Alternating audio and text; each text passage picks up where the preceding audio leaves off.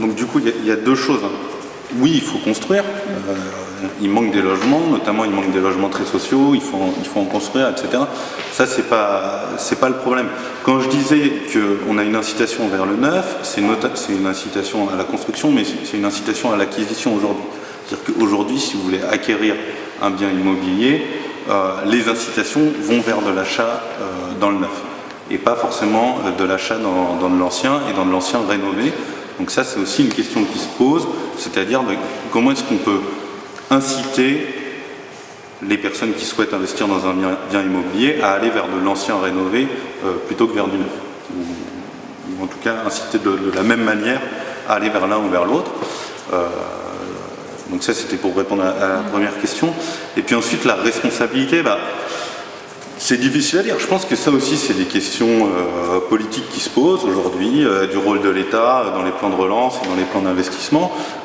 C'est sûr que l'efficacité d'une prise de risque ou d'une prise de position très claire de l'État, elle est certaine. Si l'État décide de lancer ses fonds d'investissement, de les diriger, de les orienter ou de les avantager, après, on est bien placé en tant qu'acteur privé, non lucratif mais privé, pour savoir que des initiatives privées peuvent aussi lancer des dynamiques et lancer la machine. Et comme je disais tout à l'heure, l'effet démultiplicateur dans un État comme la France, dans un pays qui est important en termes de population, en termes de taille territoriale, qui est extrêmement centralisé d'un point de vue politique, quoi qu'on en dise encore aujourd'hui, je pense que l'effet démultiplicateur, il ne viendra qu'avec une politique de planification de l'État. Et c'est un autre point très important, la question de la planification, c'est que l'efficacité énergétique requiert, à mon sens, un minimum de planification.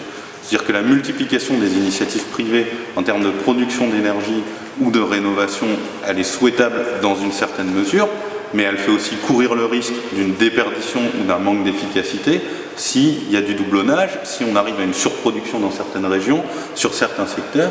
Et donc le rôle de l'État, quand on parle pas seulement de produire une énergie plus propre, mais d'économiser l'énergie, de faire baisser notre consommation d'énergie, il est aussi dans la planification et dans l'organisation d'une production qui est pensée de manière optimum pour éviter une pression trop forte sur les ressources naturelles. Et là-dessus, tu penses que la loi de transition énergétique, elle n'est pas assez...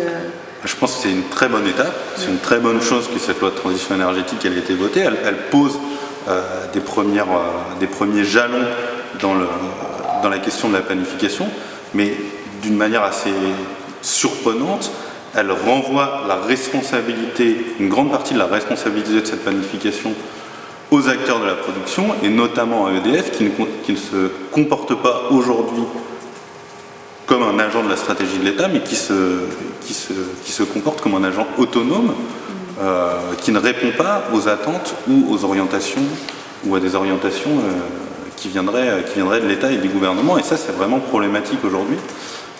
C'est-à-dire que la loi de transition énergétique est en soi déjà, du point de vue symbolique, une bonne chose.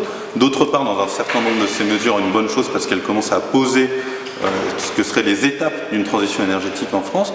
Mais en revanche, elle ne se donne pas les moyens de contrôle nécessaires pour s'assurer que cette planification va voir le jour tel que prévu, notamment parce qu'elle renvoie la responsabilité aux acteurs de la production.